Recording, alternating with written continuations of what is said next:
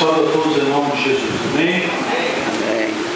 Queridos, graças a Deus pelo privilégio que temos de estar aqui na casa do Senhor para louvar e bendizer o nome do nosso Deus. Capítulo 5 do livro de Atos dos Apóstolos. Entretanto, certo homem chamado Ananias, com sua mulher Safira, vendeu a propriedade, mas, em acordo com sua mulher, reteve parte do preço e, levando o restante, depositou aos pés dos apóstolos. Então disse Pedro: Ananias, por que encheu Satanás teu coração para que mentisse ao Espírito Santo, reservando parte do valor do campo, conservando, porventura, não seria teu? E vendido não estaria em teu poder? Como, pois, assentaste no coração este desígnio? Não mentiste aos homens, mas a Deus. Ouvindo estas palavras, Ananias caiu e expirou, sobrevindo grande temor a todos os ouvintes. Levantando-se os moços, cobriram o corpo e, levando-o, sepultaram. Quase 3 horas depois, entrou a mulher de Ananias, não sabendo o que ocorrera. Então Pedro, dirigindo-se a ela, perguntou-lhes: dize-me, vendeste, portanto, aquela terra? Ela respondeu: sim. Portanto, tornou-lhes Pedro: porque entraste em acordo para tentar o Espírito do Senhor, eis aí a porta aos pés dos que sepultaram teu marido, e eles também te levarão. No mesmo instante caiu ela aos pés de Pedro e expirou. Entrando os moços, acharam-na morta e, levando-a, sepultaram junto ao marido. Sobreveio grande temor a toda a igreja e a todos quantos ouviram a notícia destes acontecimentos. Amém? Amado Deus, Pai querido, nós te agradecemos, Senhor, por tua palavra. Te pedimos, meu Deus, que o Senhor nos ajude na condução, na reflexão da mesma, Senhor. Ó Deus, que o teu Espírito Santo, ó Deus, possa, ó Deus, ter liberdade de invadir o nosso ser. E, ó Deus, ali fazer com que a tua palavra encontre, ó Deus, morada no nosso coração. Para que possamos, meu Senhor da glória, ó Deus, aprender mais e mais do Senhor e ter conhecimento, ó Deus, da tua vontade. Fica conosco, dirige este culto, esta mensagem, ó Deus, a todos que estão, que o teu Espírito Santo fale poderosamente a cada coração, em nome e por amor de Jesus. Amém. Vamos sentar. Louvado seja o nome do nosso Deus. Amém? Amém. Queridos, nós sabemos que nós vivemos hoje um tempo e até nós achamos um dia para esse tempo, denominado o tempo da mentira. Você lembra do dia da mentira? Qual é o dia da mentira? Está vendo? Então a mentira ela reina tanto hoje que até no calendário existe o dia da mentira. Até os meios de comunicação deram ênfase a este dia e até procuraram os pescadores, que dizem que pescador é mentiroso, gosta muito de mentir. Eu gosto de pescar, né? Ele também gosta de pescar. Mas eu não gosto de mentira. Porque em João que Satanás ele é o pai da mentira. Então, no meu calendário não existe o dia da mentira.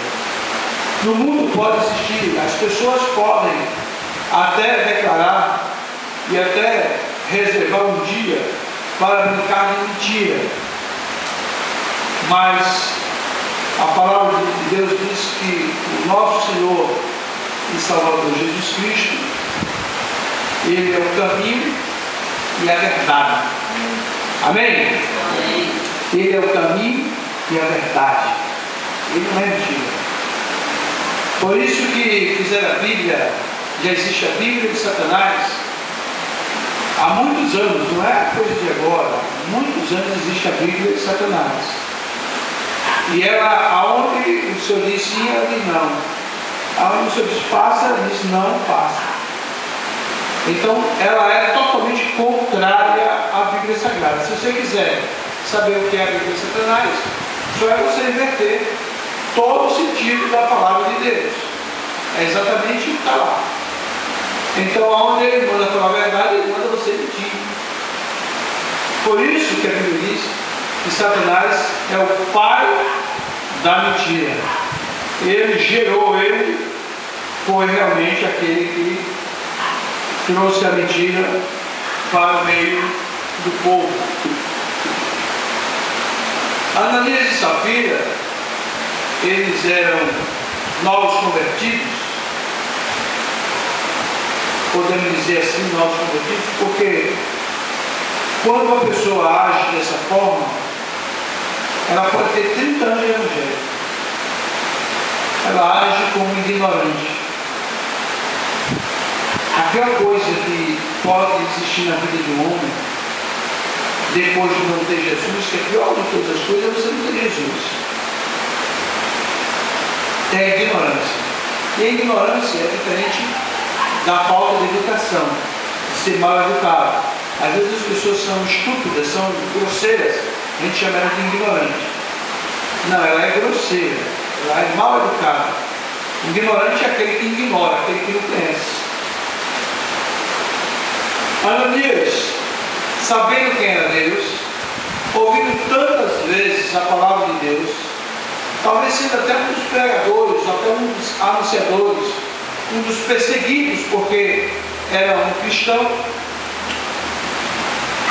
ele viu que todos os homens que se convertiam, eles vendiam as suas propriedades e entregavam na mão dos apóstolos, para que não houvesse necessidade no meio do seu povo, no meio do povo de Deus. Então tudo que um tinha, todos tinham. Porque essa realmente é a grande necessidade da humanidade. Por que nós sofremos hoje no Brasil? Pela má distribuição de renda. O que é que significa isso? O povo rico, ele anda insatisfeito com os ganhos dos pobres ou dos menos favorecidos, pelas conquistas do trabalhador, do operário, daquele que não tem uma profissão, é um auxiliar de serviços gerais. Então ele acha que esse cidadão tem que ser um escravo. Ele tem que comer mal, vestir mal, morar mal, não ter direito à educação, à saúde. Se você disser isso no meio de comunicação, ele vai dizer, não é bem assim. Não é bem assim? Mas pergunte a eles se eles querem pagar 3 mil reais a um ASG. Se ele quer pagar um salário mínimo de 4 mil reais, eles não querem. Eles não querem. Qualquer governo que faça uma proposta dessa, qualquer cidadão que faça uma proposta dessa, é reprovado na hora. Ah, mas por que é inviável? Ainda que fosse viável, o rico precisa e acha que há uma necessidade de que haja escravo. Não, eu não penso assim. Há necessidade de que haja profissionais em todas as áreas, até aqueles que não têm profissão, até aqueles que trabalham na área da limpeza, na área de serviços gerais, da capinação, né? De abrir valas. Nós precisamos, existem pessoas, nós necessitamos daqueles que trabalham na área do esgoto, que não tem coragem de entrar. Nós precisamos de médicos que têm coragem de abrir uma pessoa de cima a baixo para fazer uma cirurgia, que eu não tenho. Então, às vezes, a gente pensa que o serviço ruim, difícil, é só serviço pesado. Existem muitos serviços que eu não tenho coragem de cometer. Eu não tenho coragem de ser um soldado de polícia. Não tenho coragem.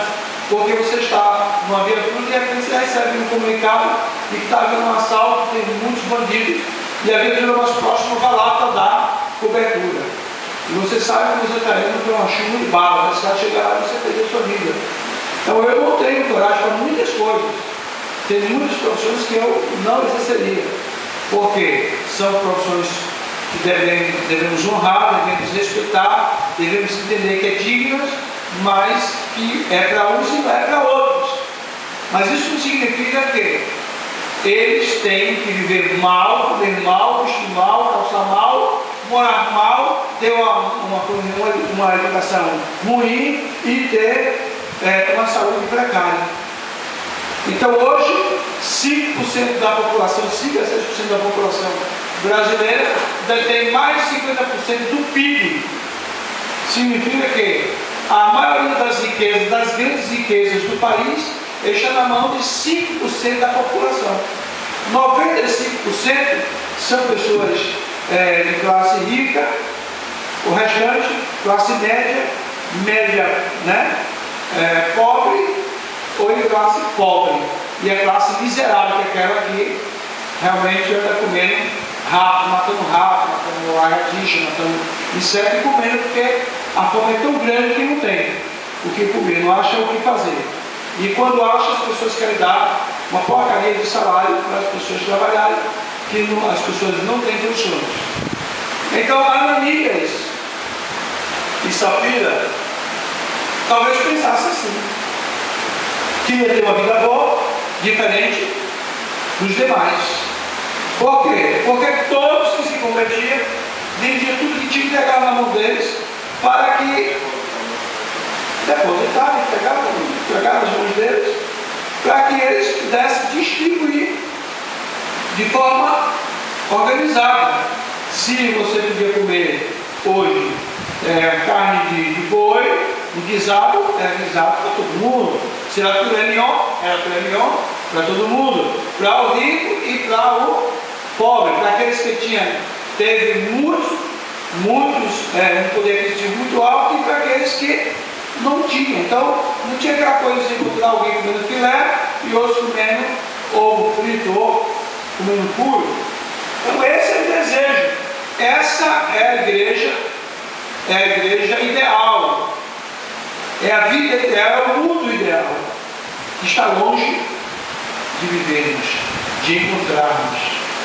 Então Ananias chega para Pedro e entrega a Pedro um valor referente à venda das suas propriedades. E chega para Pedro e diz: está aqui, X. A Bíblia não relata o valor, mas diz que ele declara que é o valor que ele vendeu aquela propriedade. Aqui está tudo que eu recebi pela propriedade que me di, e entrega nas mãos de Pedro. Mas antes de ele fazer isso, o que ele fez? Ele combinou com sua esposa em casa. Olha, para não ter duas conversas, a mentira para ser contada, a gente tem que combinar. Então existem pessoas que sentam com outra para combinar a mentira. É incrível, mas é verdade. É lamentável, mas é verdade. É triste, mas é verdade. E esposa e esposo, eles costumam sempre combinar as coisas. Então ele chegou para Safira e disse: olha, vou fazer desse jeito, a gente guarda, reserva o valor, porque qualquer crise a gente está coberto. Ali nós podemos perceber não só a mentira, mas como também a falta de fé. Não só a mentira e a falta de fé, como também a falta de obediência a um princípio que ninguém estabeleceu. É um princípio que todo mundo começou a entender que era necessário, porque não existia uma lei. Você tem que me dar tudo que você tem, tudo que você me deu, tem que chegar e entregar. Não, isso era uma coisa espontânea, mas era um princípio que foi criado pela igreja. Às vezes as pessoas chegam a falar assim: essa igreja tem costume, e toda vez que vai orar, ficar de pé. Sim, e daí? Não é uma lei. Você pode ficar sentado. Mas é uma cultura. É um princípio que essa igreja estabeleceu. Então eu chego aqui, eu respeito. Amém? Eu chego aqui. Agora tem pessoas que chegam e falam o quê? Já vai chegar. Quem está dirigir o culto? Olha, não manda eu ficar de pé porque eu estou com o joelho doente. Está doendo muito. Não está doendo nada. Não tem nada doendo. Mas ele já mente por uma bobagem. Não existe mentirinha e mentirona. Tudo é mentira. Por exemplo, eu vi hoje na televisão 2 padres falando sobre a Páscoa. Falando o quê? Mentira. Falando o quê? Filosofia. Filosofando em cima da Bíblia. A Bíblia não precisa de filósofo. A Bíblia é clara, a da Páscoa, não é? Mas ele foi filosofar sobre o coelho, que era a fertilidade, que era a vida, que era a ressurreição de Jesus, tem nada a ver. Então, as pessoas tentam justificar uma mentira. E quando você conta uma mentira, às vezes é necessário você contar uma segunda. E é uma terceira, uma quarta, e aí um abismo, diz a Bíblia, atrai outro o abismo. Se um cego guiar outro cego, ambos caem no desfiadeiro, ou se machucam, ou é atropelado, certo? Então nós precisamos ter consciência dessas verdades que a Bíblia relata. Então, Ananias, na sua incredulidade, no seu egoísmo, na sua falta de fé e na sua desobediência, culminou com a mulher. Vamos medir, vamos guardar metade desse valor, vamos deixar lá no canto, porque qualquer crise, qualquer situação, eu acho assim, a Bíblia não é nada isso, mas aí já estou eu imaginando, já estou eu entendendo o que eles fizeram com isso. E aquele que aqui não existe nesse negócio, aqui também a metade do valor.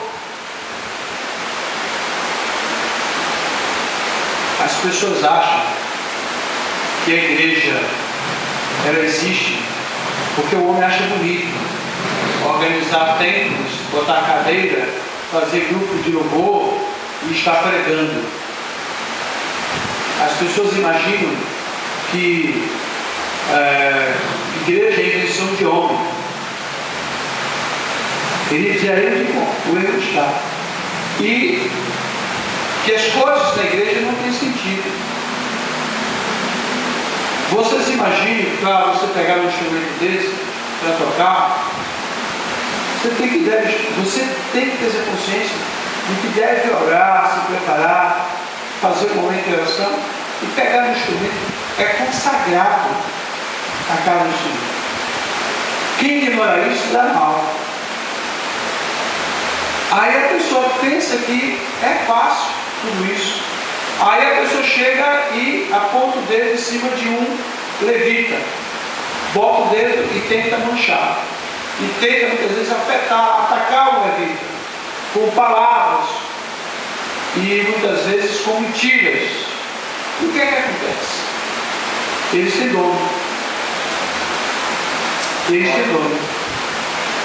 E aí o dono não vai gostar disso. Eles se dão mal.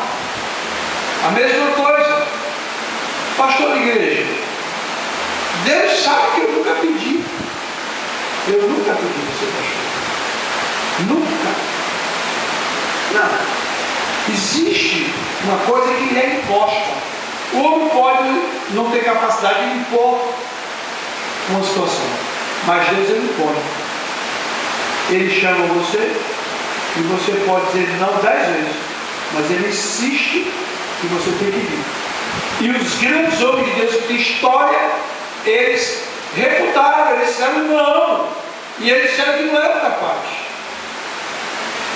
Então as pessoas se imaginam que é fácil ser pastor, e que você pode chegar aqui à frente, ou numa hora qualquer do lado, sentar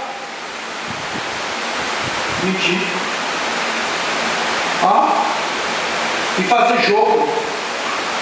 Foi o que aconteceu com Ananias. Ele disse: eu vou lá e vou cascatear o ouvido de Pedro e vou entregar lá o dinheiro e guardar o resto. A mulher combinou com ele, concordou, ele foi lá e fez isso. Então Pedro agora manda chamar Ananias. Ananias, vem cá.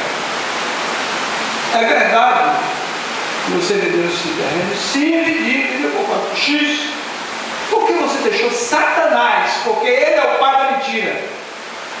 Quem bota a mentira no coração do homem, na mente do homem, é o diabo.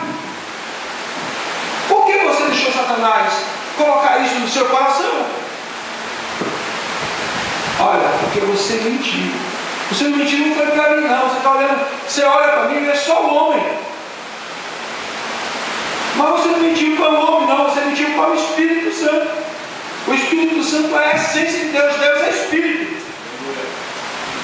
E você mentiu para ele, simplesmente isso.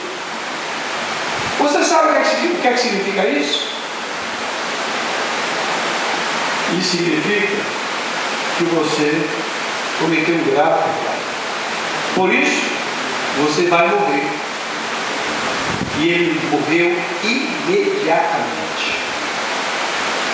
Queridos, quem não entende as coisas de Deus, o altar do Senhor, pega uma cadeira dessa, um instrumento desse, e joga de qualquer jeito, não liga, né? Vê as coisas na casa do Senhor, não está nem aí. Parece que não conhece a palavra. Belsazar fez uma festa linda, chamou os principais, os poderosos, os reis, os governadores, os presidentes, os prefeitos, as autoridades, né? Todas no palácio, cheio de concubinas, de esposas, mulheres. E quando ele está lá, naquela festa imensa, todo mundo curvando-se diante dele, porque ele era um rei poderoso, um rei temido. Ele achou pouco, disse: vou mostrar isso no meu poder a esse povo. A que ponto chega? Vai lá na casa do Senhor e traga os utensílios da casa do Senhor. Eu quero que o navio no cálice. Ele pensou que podia provocar Deus.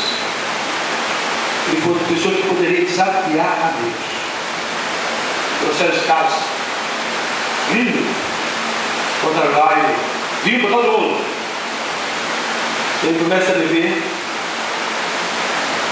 Ele vê na parede esticada a mão de Deus. Escreve uma frase. E quando ele vê isso, ele diz: o que está acontecendo? Que Deus é esse? Que palavra é essa? Significa o quê? Qual o sentido disso? E ele percebe, ele sabe, ele saca na hora. Pequei contra o céu. Desafiei a pessoa errada. A Bíblia diz que a horrenda coisa é cair na mão do Deus vivo. Ninguém tira. Ninguém tira. Moisés não foi um grande homem de Deus? Moisés não foi um homem, um pastor espetacular? Filho a rocha, Deus disse: você não vai entrar na terra. Não existe isso. Você pode ter carregado a vida inteira, ter andado na frente do Senhor. Mas quando você pega a rocha, e o Senhor manda só falar, Deus manda fazer isso, ele faz de outro jeito, aí ele vai requerer. Então, ele manda chamar, e chama as autoridades, chama as astrólogas, adivinhos, chama todos os numerólogos. E olha, ninguém sabe o que é aquilo. Então chama o homem de Deus. A mãe dele manda chamar. Só tem um dos caldeus aí, tem um. E ele é. O Espírito dos deuses é com ele. Aí quando ele olha, e ele disse: olha, você brincou com a pessoa errada. Você mentiu com a pessoa errada. Você tirou onda com a pessoa errada. Não tem essa linguagem hoje, né? Não é assim? Você tirou onda com a pessoa errada. Sabe o que está acontecendo? Tu não é poderoso desse jeito? Não está todo mundo aí tremendo dentro de você e bajulando e puxando o teu saco? Sabe o que está escrito ali? Você foi pesado na de Deus. Tu foi pesado na balança e foste achado em falta. E o seu reino será dividido hoje mesmo. O seu reino será dividido entre os medos e os persas. E você ainda hoje morre. Veja que profeta. E ele morre. E o reino é dividido. Por quê? Uma irmã chegou lá na igreja. Eu era pastor da Igreja de Cristo em Campina do Barreto, na Rua dos Caveiros. Quando eu fiz lá, ampliei o templo imenso na parte de baixo, eu tenho o primeiro andar, climatizei.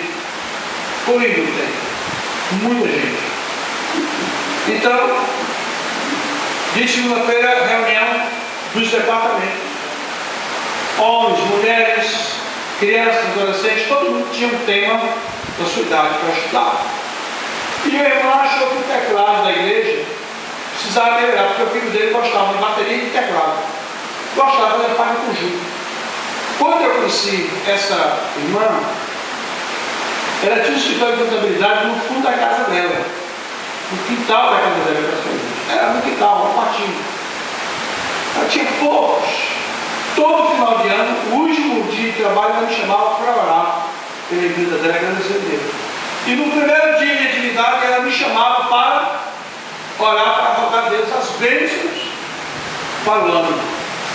Então ela deu um cliente, foi para um ponto importante, uma sala bacana, botou funcionários, cresceu bastante, depois mandou fazer um senhor de escritório, já no outro lugar, num bairro nobre, muito bom, lindo escritório, uma casa em cima espetacular.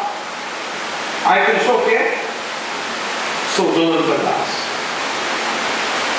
Aí já não era mais membro da igreja, já era dono da igreja também. Diz que era o valor lá em cima, né? Mas ela não sabia quem era o pastor Nival, tantos anos não conhecia. Aí ela disse, pastor, eu fui para comprar um teclado profissional, que é o desejo do filho dela. Ela tem 2 filhos e um filho. Aí eu disse, ótimo. Então foi para comprar um teclado bom para a igreja, ótimo, excelente, tudo bem. Ela começou também campanha, arranjou doadores por dia, mas ela fez um projeto sem combinar comigo, que era pegar o teclado e vender, para inteirar para comprar o outro. E quando eu estou lá na reunião masculina, sentado, debatendo o tema do nosso dia, ela bateu na porta, a gente abriu ali e trouxe, pastor, eu estou descendo, pegando o teclado que eu vou vender para inteirar para comprar o teclado. Qual teclado você vai pegar? O teclado da igreja. Eu disse, não está dizendo da igreja. Não, mas é para inteirar. Eu digo, aquele teclado foi consagrado no altar do Senhor, para ser usado só na obra do Senhor. Se a gente comprar outro não tiver utilidade aquele vai para uma congregação da igreja. A partir daí, ela perdeu a paz comigo. Foi. Prefiro uma revolução tão grande. Mas o que é que acontece? Hoje, ela vive a moral dela de um lixo. Ela continua bem financeiramente, continua no seu escritório, mas ela continua, a moral dela e o lixo é a mesma coisa. Todo mundo que era para ela permitiu que uma mancha terrível chegasse à vida dela. Não se pode brincar com Deus. Não se pode, não se deve brincar com Deus. As coisas que é feita para Deus tem que ser feitas com muito carinho, com muita atenção, com muita dedicação, com muito amor. Então Ananias e Safira, chega Safira agora e diz o quê? Aí Pedro diz, é verdade que o que Pedro disse que vendeu? Aí ele disse, sim, é verdade. Ele disse, aí você concordou com o erro dele. Irmãos, casal não é para concordar com coisa errada. Quando um quiser pisar na bola, o outro segura. Epa, isso não é bola não. Tu está servindo, não é o pastor Nival, nem a igreja. Tu está servindo ao Senhor. Amém? Tu está servindo a Deus.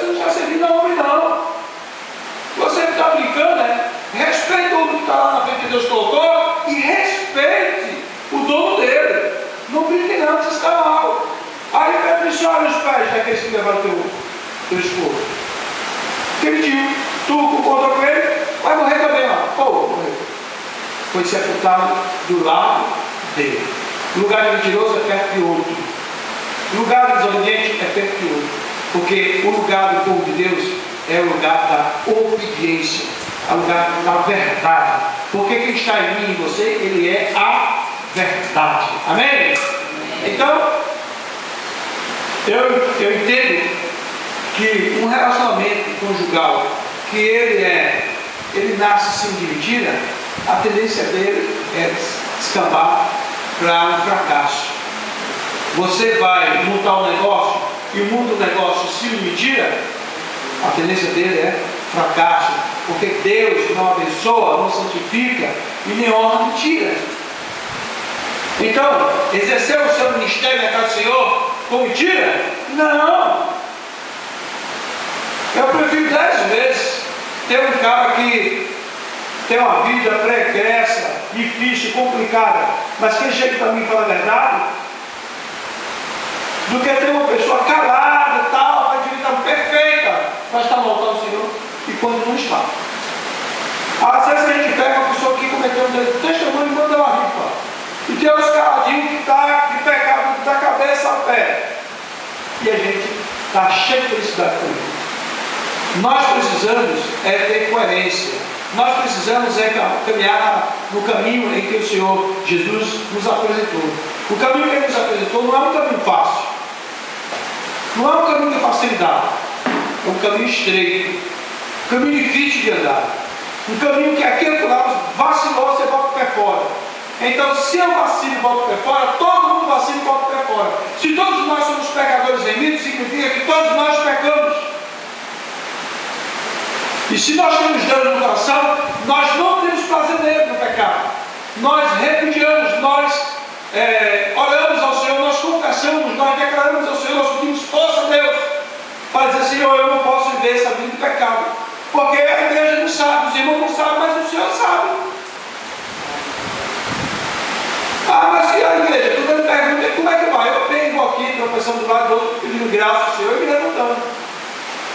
E não vestir uma roupa de santidade ao extremo, de perfeição que não existe. Nós não devemos viver uma fachada de mentira. Devemos viver a realidade do Evangelho. Estamos na dispensação da graça e vivemos pela misericórdia de Deus, no altar de Deus e na casa de Deus. Amém? E devemos sempre, na medida do possível, mas sempre andando no caminho que é a verdade. Ele diz: eu sou o caminho e a verdade. Quando você está nesse caminho de verdade, você tem a vida. Amém? Então eu glorifico a Deus, porque as pessoas pensam que às vezes Deus é mentira. Creio que o que aconteceu com Ananias, a fé dele não era suficiente para entender que Deus é verdade, e que Deus existia, que Deus era vivo, e que Deus estava em todo lugar. Existem pessoas que ainda tentam se esconder num lugar escuro, ou debaixo de um edredom, para cometer erros, achando que Deus não está vendo. Deus está em todo lugar e vê tudo. Não adianta tentar se esconder da presença do Senhor, porque Deus vê tudo, em todo lugar e em todo tempo. Então nós precisamos ter consciência disso. Se estamos pecando, estamos cientes de que Deus está vendo. E devemos pedir graça e misericórdia ao Senhor e dizer: Senhor, eu sei que o Senhor tem poder para me ajudar e me libertar deste pecado, dessa minha caminhada, dessa minha falha, desta fraqueza que eu tenho. Porque se eu comentar na igreja, ninguém deixa eu.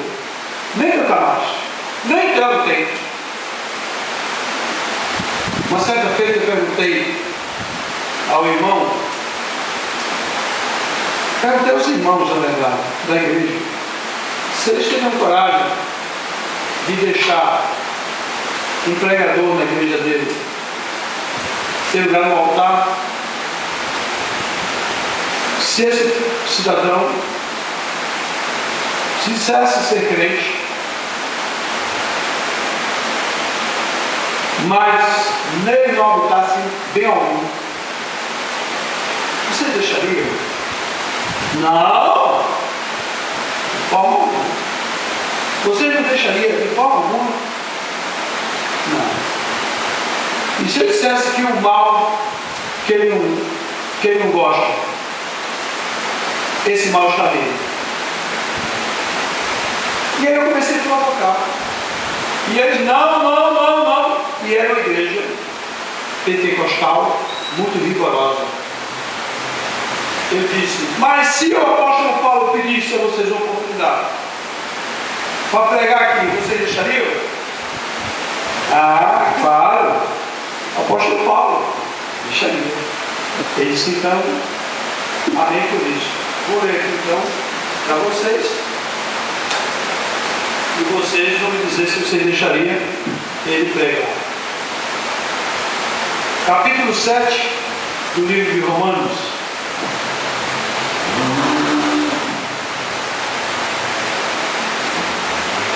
Que diremos, pois, é a lei pecado? De modo nenhum.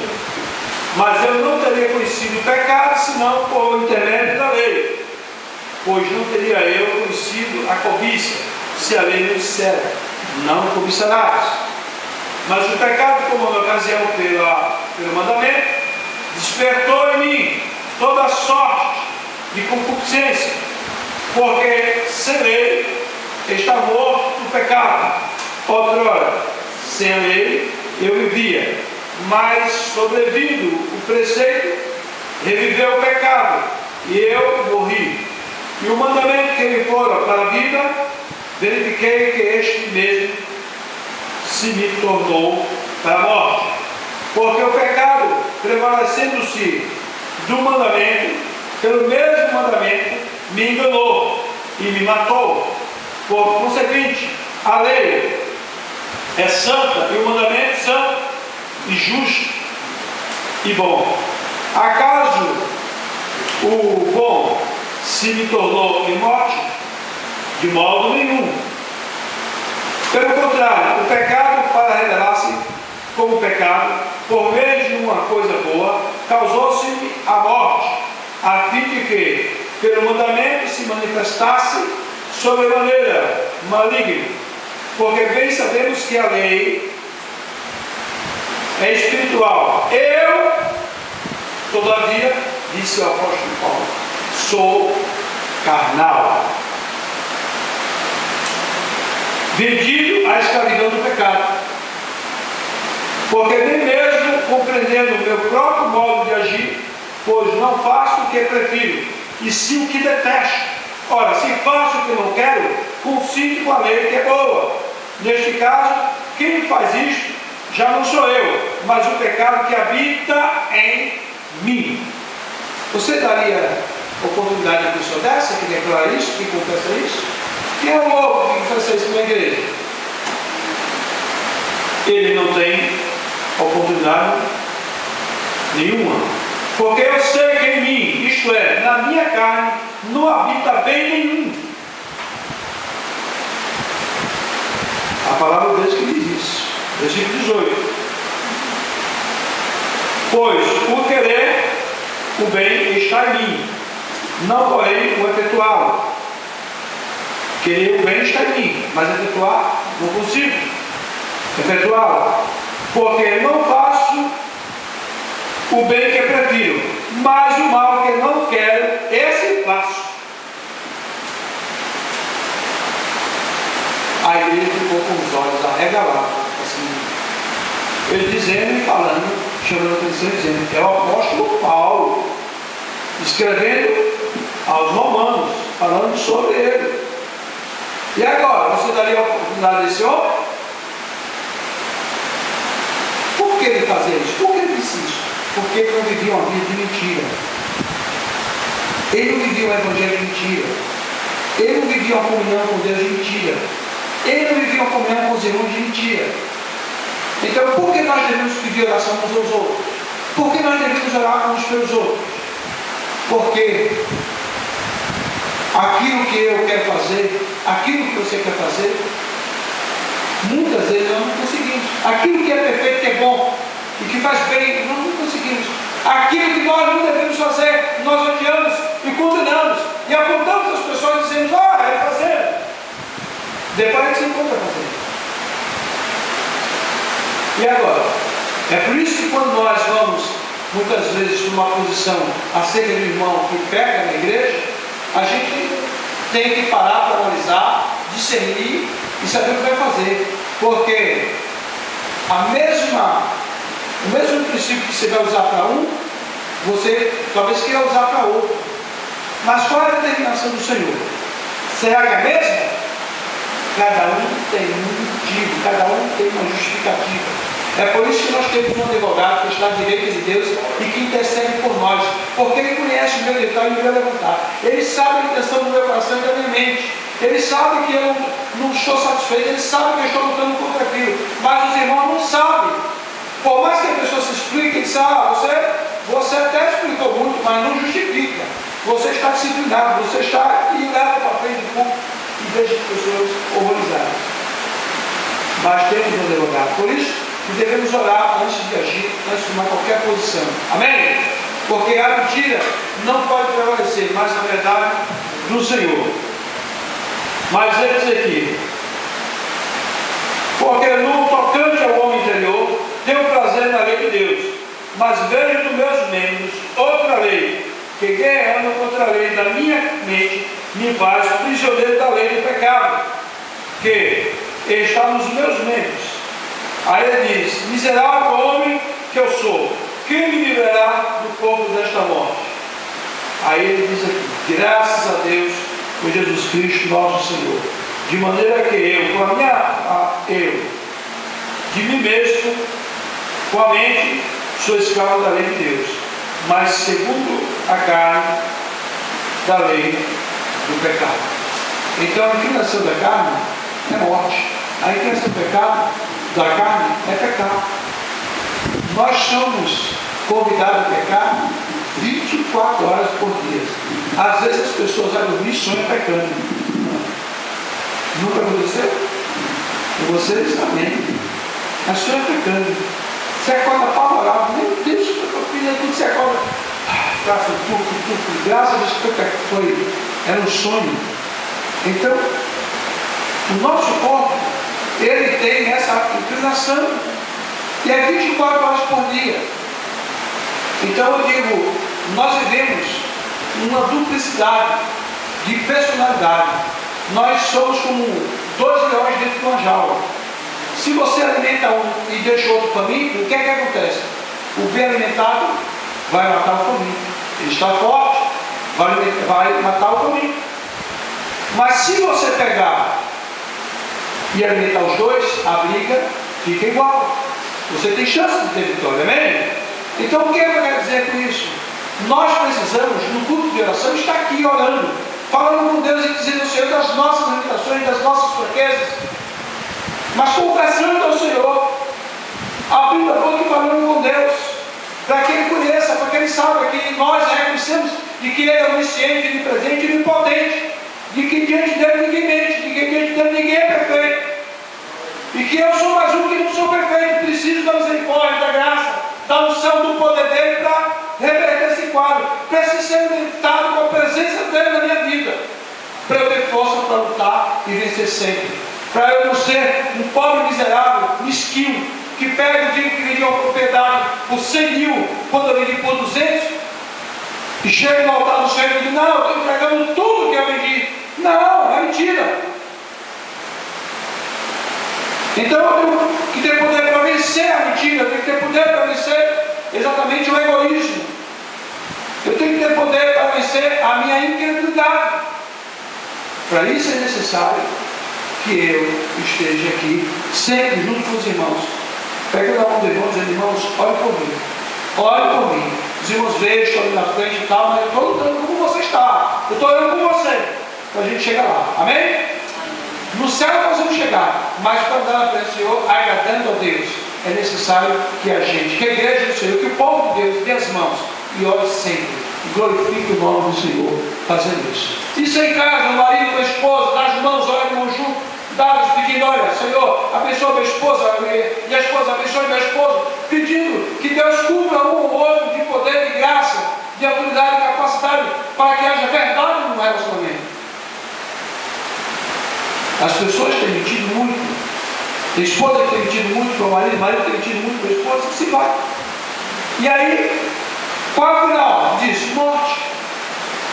Olha, morre a vida profissional, profissional que mente para o patrão, profissional que mente para o chefe, Ah, eu não vim porque eu estava com a avó não sei aonde. Ah, eu não vim porque realmente minha filha cresceu. Eu não pude chegar. E é mentira. Quando é verdade, tudo bem, mas tudo é mentira. Está entendendo? Você vai dizer que não fiz porque não deu tempo. Não foi porque disse, não vou fazer não. Toda mentira, tem mentira que você provoca ela para que você justifique ela. E as pessoas pensam, não, realmente ele não pode fazer.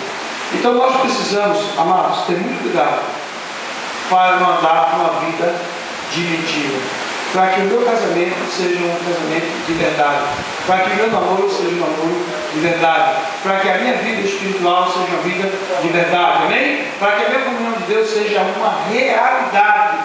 Nós precisamos vigiar, orar, para que realmente naquele dia o Senhor nos encontre diante dele, ciente de que ele verdadeiramente está ciente do que nós estamos fazendo. E de que nós cremos nele, sabemos que de fato ele é realmente esse Deus presente em nossa vida.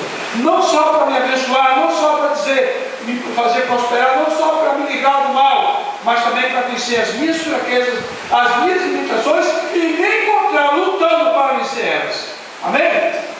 E aí você vai ver que Deus vai dizer, agora sim, eu agora estou encontrando você crendo em mim. Crendo não só é você orar para que alguém expulse o demônio do outro. Ah, eu vou orar e o demônio vai sair, eu vou orar e você vai ficar curado. Tem fé para isso? Todo mundo tem. Todo mundo tem. Às vezes olha e a pessoa vai que virou doente, mas ele tem fé de orar. Mas você tem fé de que aonde você está, Deus está, você crê nisso. Então você não pode viver uma vida de mentira em nenhum âmbito da sua vida.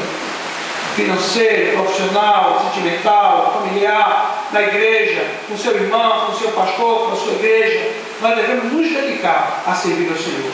Em espírito e verdade. Amém? Vamos ficar em pé, vamos orar ao Senhor.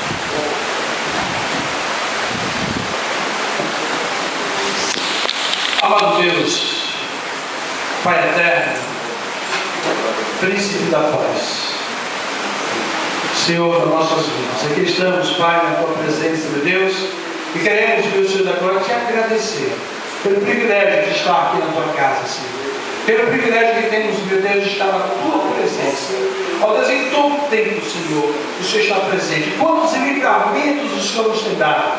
E às vezes a gente nem vê, nem sabe. Quantos, ó Deus, olha para nós e diz, vou assaltar, vou matar, vou tirar o que é dele, vou roubar, vou saquear. E eles não conseguem nos encontrar porque o Senhor está na frente. E a gente nem percebe, nem sabe. Mas uma coisa eu sei, Senhor, que aonde nós estamos, o Senhor está. Por isso, ó Deus, não leve em consideração as nossas fraquezas, mas olha, ó Deus, que leve em consideração o desejo que temos de lutar. Não para ser perfeito, porque sabemos que nesta vida nunca seremos perfeitos, mas que haja desejo em nosso coração de te agradar, Senhor.